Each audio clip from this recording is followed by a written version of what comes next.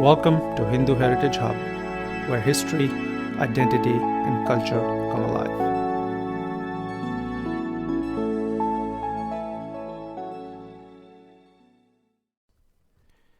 The history of dharmic texts goes back to about 5,000 years. These texts can be broadly classified into two groups, the Śruti and the Smriti. Śruti are considered to be divine revelations to the rishis, hence unalterable. The very first Śruti were the four Vedas. Upanishads are the essence of the Vedas and considered to be the culmination of the Vedas. No one knows exactly how many Upanishads ever existed, but there are 108 that have survived, of which 16 have been recognized by Adi Shankara as authentic and authoritative. Together, the Vedas and the Upanishads are called the Śruti. There's only one version of these Śruti, which are written in classical Sanskrit.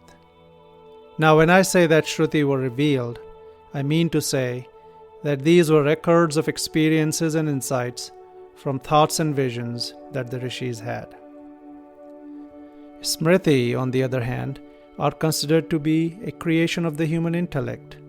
Thus, they are allowed to be abridged, expounded, and appended. Smriti vary according to the region and sampradaya, even time.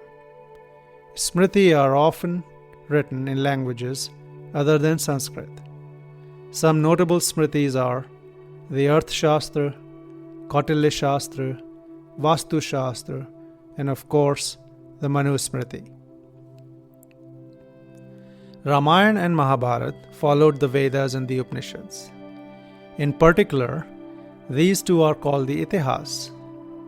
Gita came out of the Mahabharata.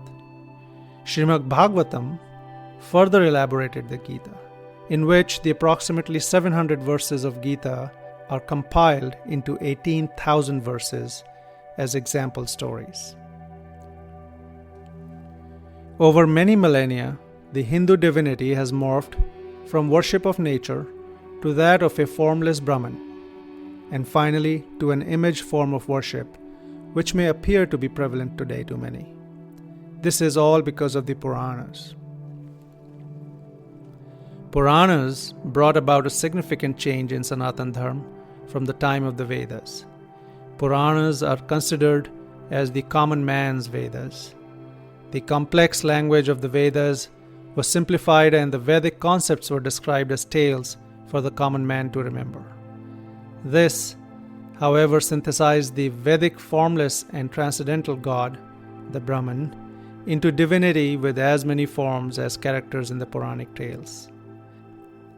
To paraphrase Pandit Vamdev Shastri, form became an easy vehicle for developing devotion. Puranas made that possible.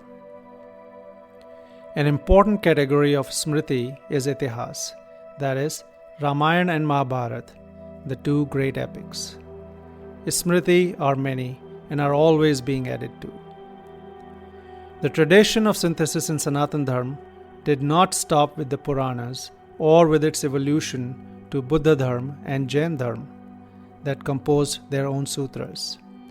Harivansh and Vishnu Purana were composed about 1500 years ago.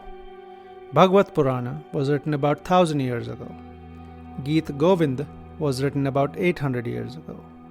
But the most notable poetic rendition was authored by 36 dharmic scholars as Adi Granth about 400 years ago, which eventually became the sacred book of the Sikhs, the Guru Granth Sahib.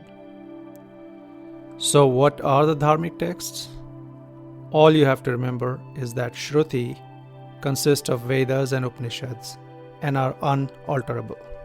And Smriti, which vary with time, region, and sampradaya, have all the Puranas and the two great epics, Ramayana and Mahabharata, that are also called the Itihas. Pretty straightforward, isn't it?